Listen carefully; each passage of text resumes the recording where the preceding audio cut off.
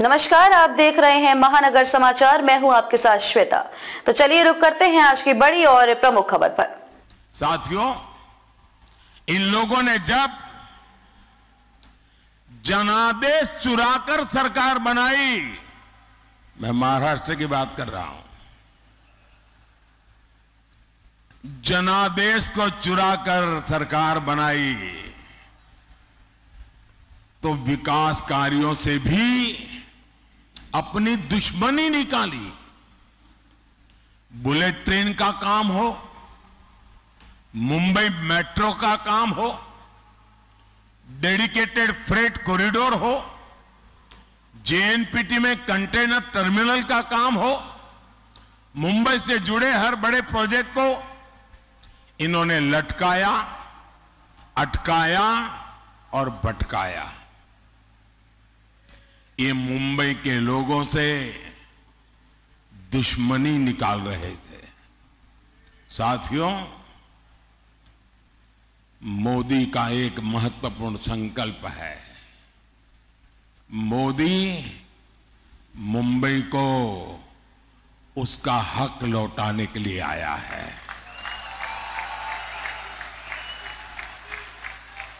आज दुनिया का आधुनिकतम इंफ्रास्ट्रक्चर मुंबई को मिल रहा है।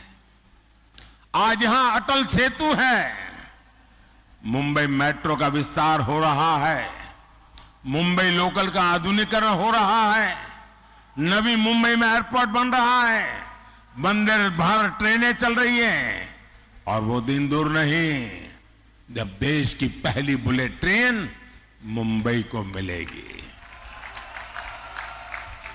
साथियों, अब मुंबई के लोग रफ्तार की कीमत सबसे ज्यादा समझते हैं। भारत के साथ आजाद हुए कितने ही देश हमसे आगे निकल गए। हम क्या किसी से कम थे? फिर कमी कहां थी? कमी उस सरकार में थी जिसने भारतीयों के सामर्थ्य पर भरोसा नहीं किया, विश्वास नहीं किया। और मैंने ऐसे ऐसे प्रधानमंत्री देखे हैं, और मैं आप सबको कहूंगा, मुंबई वालों को, कि यूट्यूब पर जाकर के लाल किले से अब तक कौन प्रधानमंत्री क्या बोले हैं सारा अवेलेबल है। आप हैरान हो जाएंगे। एक वो भी वक्त था जब देश के प्रधानमंत्री लाल किले से हम भारतीयों को आलसी कहकर पुकारते थे।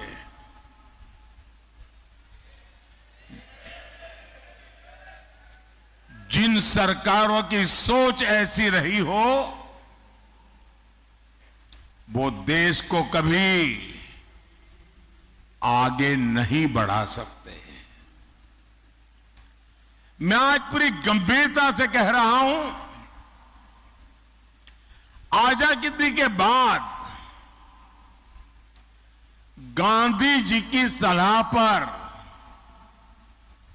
अगर कांग्रेस को भंग कर दिया गया होता तो आज भारत कम से कम 5 दशक आगे होता।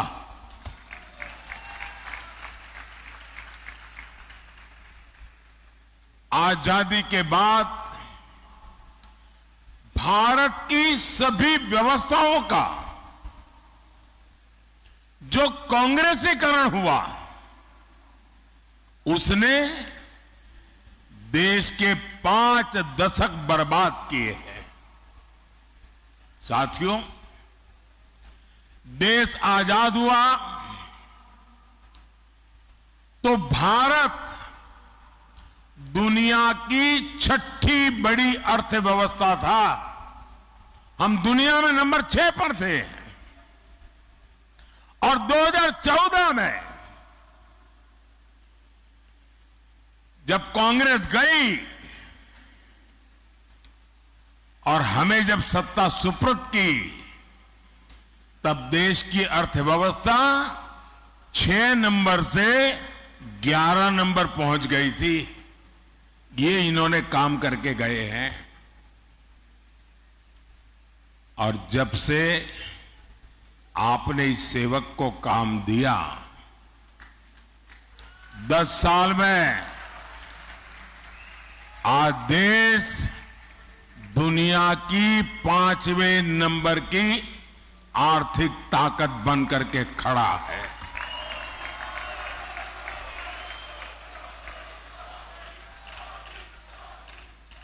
आज भारत में, मुंबई में रिकॉर्ड इन्वेस्टमेंट आ रहा है और मेरी गारंटी है कि कुछ ही सालों में जब मैं आपके बीच आऊंगा तो हम दुनिया की तीसरी बड़ी आर्थिक ताकत बन चुके होंगे।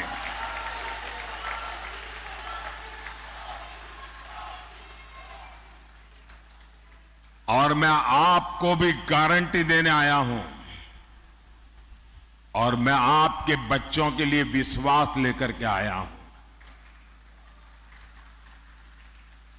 मैं आपको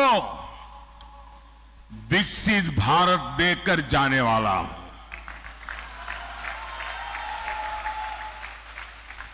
और इसलिए मोदी 24/7 फॉर 2047 के मंत्र के साथ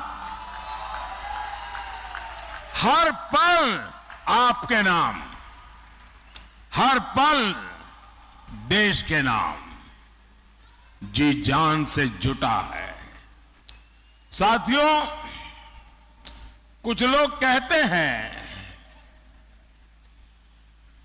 कि मोदी जो ये कहता है वो असंभव है। निराशा की गर्त में डूबे हुए लोग उनमें आशा का संचार करना लोहे के चने चबाने का काम होता है। और इसलिए निराशा को पाल करके बैठे हुए लोग हर पल हर चीज असंभव ही अनुभव करते हैं। ये वो लोग हैं जिनको लगता था राम मंदिर भी उनको असंभव लगता था।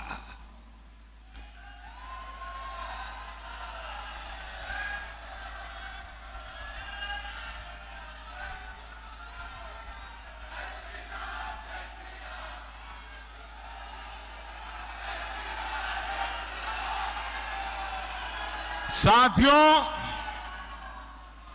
दुनिया को कभी न कभी इस बात को स्वीकार करना पड़ेगा कि भारत भूमि में रहने वाले लोग अपने विचारों के इतने पक्के थे, अपने इरादों के इतने पक्के थे कि एक सपना लेकर के 500 साल तक लड़ते रहे।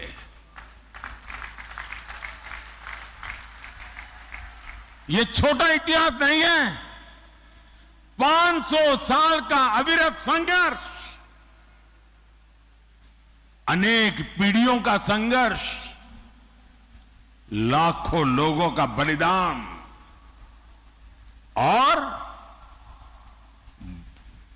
500 साल तक संजोया हुआ सपना आज रामलला भव्य मंदिर में विराजमान है।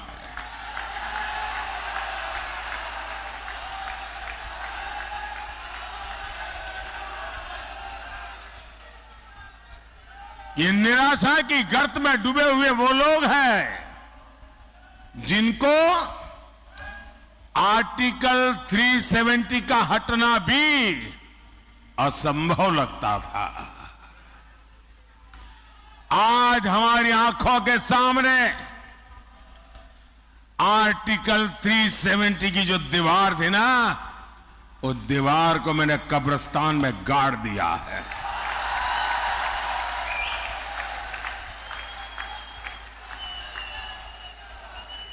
और जो सपने संजो रहे हैं कि वे कभी 370 पुनर्जागरण करेंगे, फिर से लगाएंगे, वो कान खोल करके सुन ले। ये विरासत मामूली विरासत नहीं है। दुनिया की कोई ताकत दोबारा 370 नहीं ला सकती है।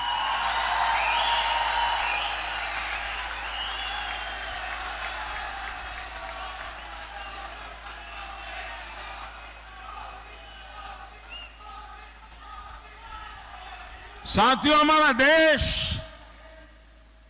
दशकों तक सीरियल बम धमाकों से लहूलुहान होता रहा। आतंकी हमलों से मां भारती का सीना चीर दिया जाता था। मुंबई जैसे हमारे शहर थर्राते रहते थे। एक ही गूंज सुनाई देती थी कि कहीं कोई लावारिस चीज दिखाई दे तो पुलिस को जानकारी देना। एयरपोर्ट जाओ, स्टेशन पर जाओ, हर जगह पे लिखा रहता है लावारिस चीज को हाथ पर लगाना, लावारिस चीज से चौकन्ना रहना। 10 साल हो गए, सुना है क्या? सब बंद हो गया कि नहीं होगा? ये इनको असंभव लगता था। और अभी राज बता रहे थे 3 तलाक। देश की संसद ने 3 तलाक को ही तलाक तलाक तलाक कह दिया।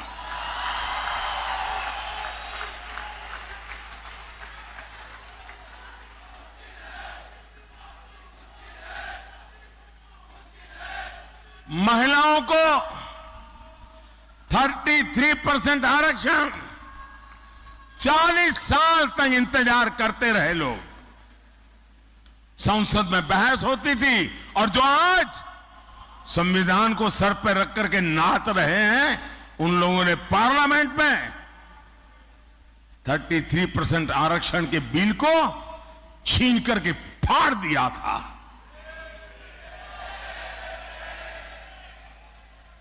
इन सब की छाती पे बैठ करके आरक्षण हुआ कि नहीं हुआ?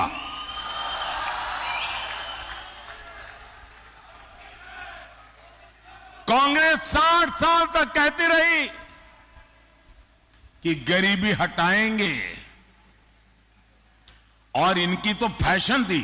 और आप सचमुच में थोड़ा जो हिस्ट्री में रुचि रखते हैं, जरा देख लीजिए। आप लाल किले से इन प्रधानमंत्रियों के भाषण सुनेंगे और इन परिवार के सभी प्रधानमंत्रियों के भाषण सुनेंगे, तो उनके 20-25 मिनट के भाषण में 10 मिनट वो गरीबी पर बोलते थे।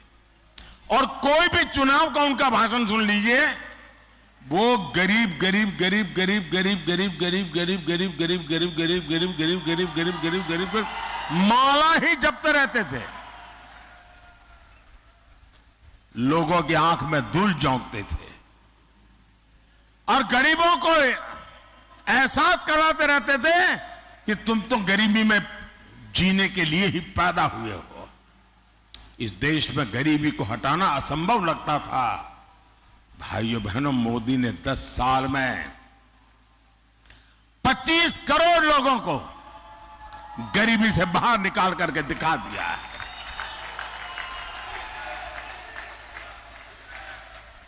जो असंभव लगता था वो संभव हुआ कि नहीं हुआ? संभव हुआ कि नहीं हुआ? ये किसने संभव बनाया? ये किसने संभव बनाया? ये किसने संभव बनाया? कौन सी ताकत है जिसने ये किया है? ये कौन सी ताकत है? मोदी नहीं, ये आपके वोट की ताकत है ना, इसके कारण हुआ। ये आपके वोट का सामर्थ्य है। और इसलिए मैं, जो अपने बच्चों का उज्जवल भविष्य चाहते हैं, जो शांति और सुरक्षा चाहते हैं, जो विकास के अनगिनत अवसर चाहते हैं, जो भारत को विश्व में माथा ऊंचा करके जीने वाला देश के रूप में देखना चाहते हैं, ऐसे हर नागरिक को कहता हूं, जरा घर से बाहर निकलिए और अपने वोट का उपयोग कीजिए।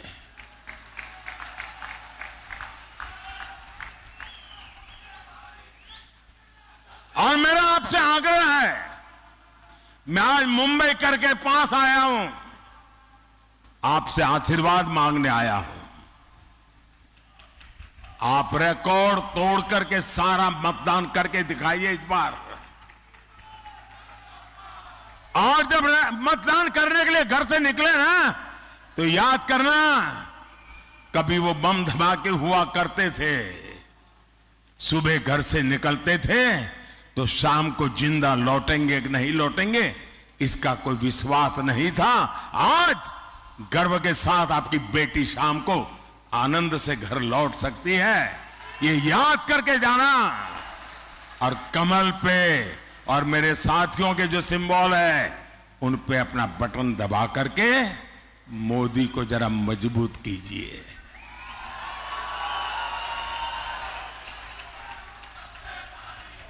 आपका एक वोट राष्ट्र हित में बड़े फैसलों का आधार बना है और इसलिए एक एक वोट जरूरी है। खबर के अंत में खबरों में अब तक के लिए बस इतना ही। फिर होगी आपसे मुलाकात ऐसी ही बड़ी किसी खास खबर के साथ। तब तक के लिए नमस्कार और देखते रहिए महानगर समाचार।